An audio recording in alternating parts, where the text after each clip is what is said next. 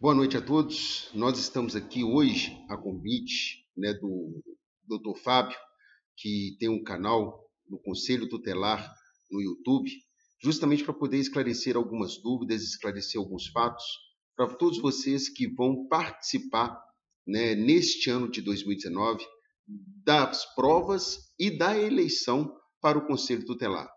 Lembrando que, só ratificando aqui as informações já passadas pelo Dr. Fábio, que o Conselho Tutelar, para você poder mostrar elegibilidade para poder concorrer ao cargo de conselheiro, é necessário você passar por alguns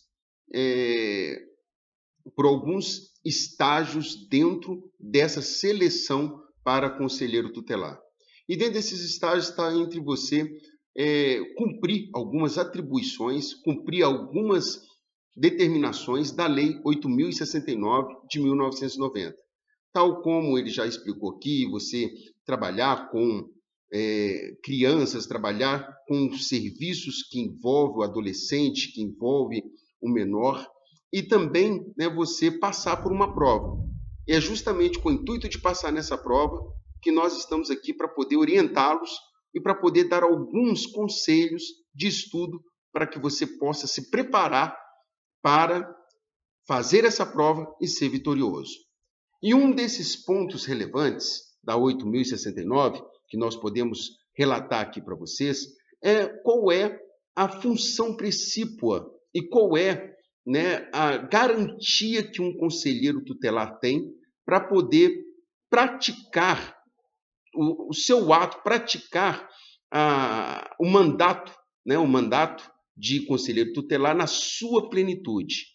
Porque isso é muito importante, porque muitas vezes a pessoa pensa que ela vai apenas participar de uma eleição e ela não vai ter condições de praticar na plenitude a sua função como conselheiro tutelar.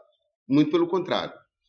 Você que vai participar da eleição, você tem que saber que o conselheiro tutelar ele tem algumas garantias constitucionais e algumas garantias na lei infraconstitucional. Nessa lei infraconstitucional, que é a 8.069 de 1990, garante para você autonomia de função. E essa autonomia de função ela é muito importante, porque você está disputando um cargo, e esse cargo que você está disputando não é através de concurso público, é através de um mandato eletivo. Ou seja, você vai ter que procurar, buscar a aprovação popular para poder praticar a função de conselheiro tutelar. E quando você ganha a eleição para poder praticar a função, você é acobertado por uma série de garantias. E uma dessas garantias que nós vamos colocar aqui agora é a autonomia financeira do Conselho Tutelar. Essa autonomia financeira é muito importante porque você não vai estar vinculado ao executivo ou nenhum órgão do executivo municipal. Porque muitas pessoas elas pensam o seguinte: poxa, eu tenho que cumprir uma determinação. É uma determinação me passada pelo executivo. Muito pelo contrário. Você vai ter autonomia financeira para poder praticar a função de conselheiro. E essa autonomia financeira, o executivo ele vai ter que mandar, ele vai ter que destinar recursos para que para que o conselho possa subsistir sozinho.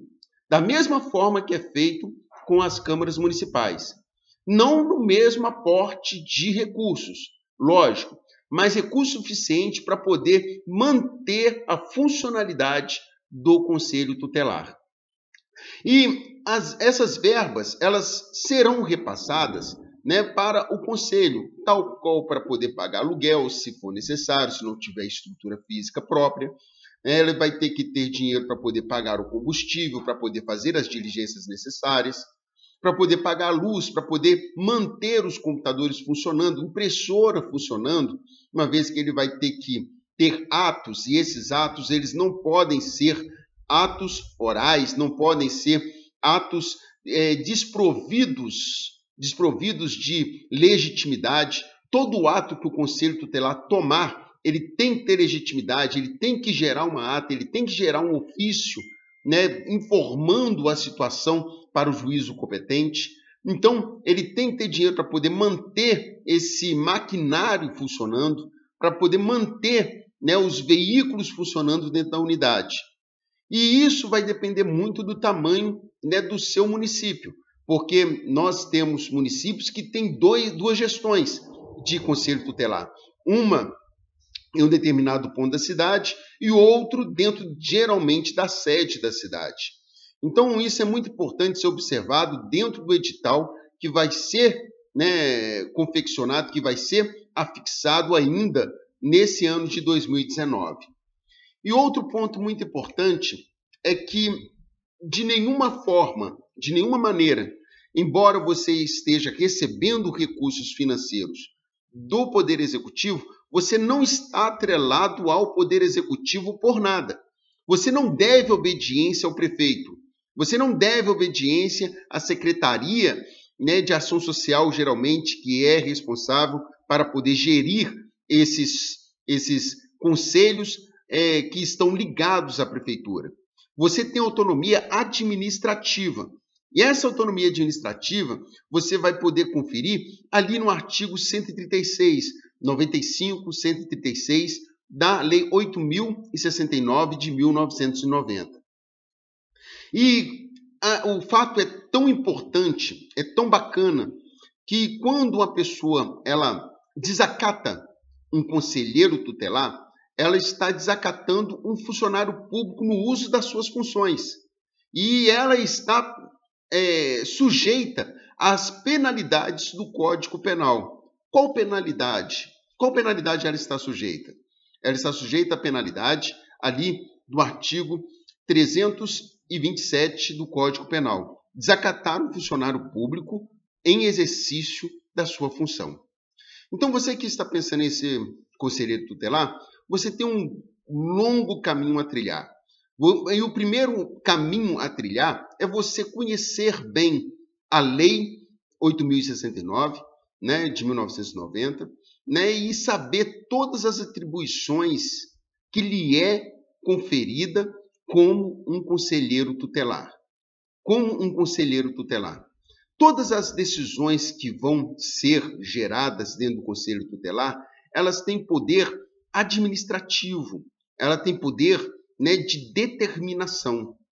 Dentro do uso das suas funções como conselheiro e para defender os direitos do menor, você tem todo o poder administrativo e o poder, né, que emanou do voto popular para poder determinar situações que venham proteger esse menor.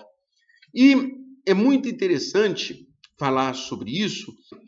Como é que eu vou, né, determinar algo para um pai, algo para um filho, né, algo para uma mãe que tem um poder pátrio, né, que tem um poder familiar daquela família?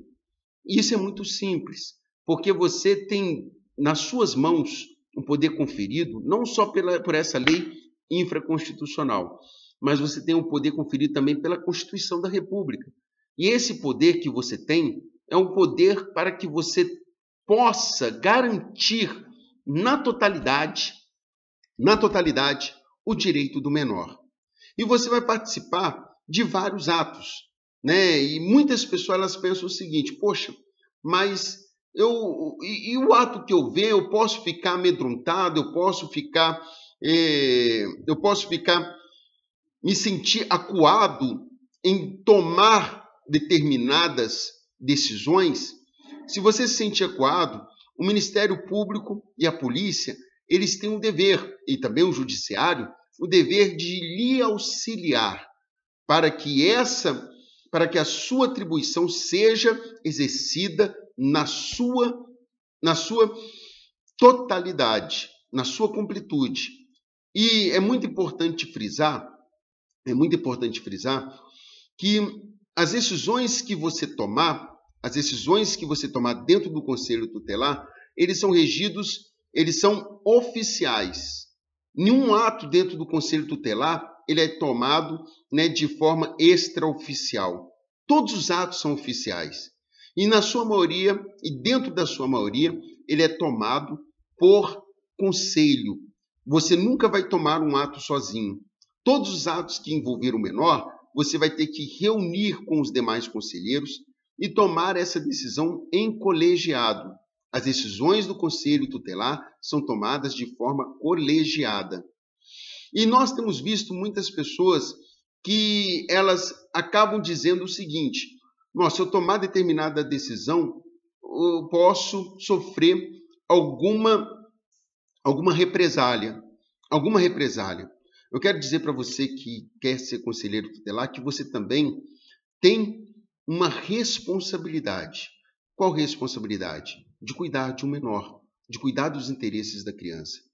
E essa responsabilidade que lhe é passada, essa responsabilidade que você vai adquirir caso você consiga, lograr êxito na apresentação dos seus currículos, na apresentação da sua comprovação de trabalhos com menores, na prova que será aplicada para testar os seus conhecimentos e depois, consecutivamente, na eleição que você irá participar, se você for aprovado pela soberania popular, você tem um dever de agir.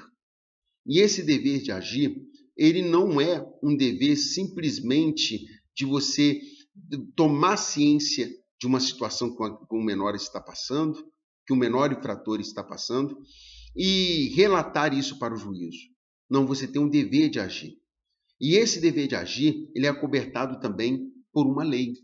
Se você não tomar atitude diante do fato que você tomou conhecimento, se você retardar a lei em ser cumprida naquele determinado momento, você incorre também em crime. É o crime que nós chamamos de prevaricação, acobertado pela lei 300, pelo artigo 319 do nosso Código Penal. Então, você que está pretendendo disputar um cargo como conselheiro tutelar, é muito importante que você tome conhecimento do ECA. É muito importante que você tome conhecimento de todas as leis que alteraram o ECA. Porque a lei, no espaço e no tempo, ela sofre alterações. E essas alterações, elas geralmente é para adequar a lei ao momento em que nós estamos vivendo. E nós percebemos que o que mais existe são pessoas que infringem a lei, os direitos garantidos da criança e do menor. Muitas pessoas infringem essa lei. E infringir a lei é maltratar, é não permitir que a criança ela tenha acesso à escola, é não permitir que a criança ela tenha acesso ao lazer. Tudo isso é maltratar e exigir que ela trabalhe, exigir que ela, de alguma forma, colabore com o sustento da família. Embora nós vivamos em tempos difíceis, mas a criança ela tem que ser resguardada, ela tem que ter direito a ser criança. E isso é um dever seu, você que quer ser conselheiro tutelar. E dentro desse dever que você tem, é muito importante você estar consciente, principalmente consciente, que para poder exercer o seu dever, você tem autonomia e você será acobertado pelo Judiciário e pelo Ministério Público. Então, nós só fizemos um breve comentário aqui do que você pode fazer se tornando conselheiro tutelar e quais são as autonomias que te defende como conselheiro tutelar. É importante a gente deixar bem claro aqui, principalmente sobre a autonomia financeira. Deixar de dar apoio financeiro ao conselho tutelar, eu não sei se isso vai ser instrumento de prova, mas é muito importante que você tenha conhecimento sobre isso. É a mesma coisa do prefeito permitir ele deixar de repassar o repasse constitucional a uma Câmara Municipal. Se ele deixar de fazer isso, ele incorre em crime administrativo, acobertado pela Lei 8429. Crime de improbidade administrativa.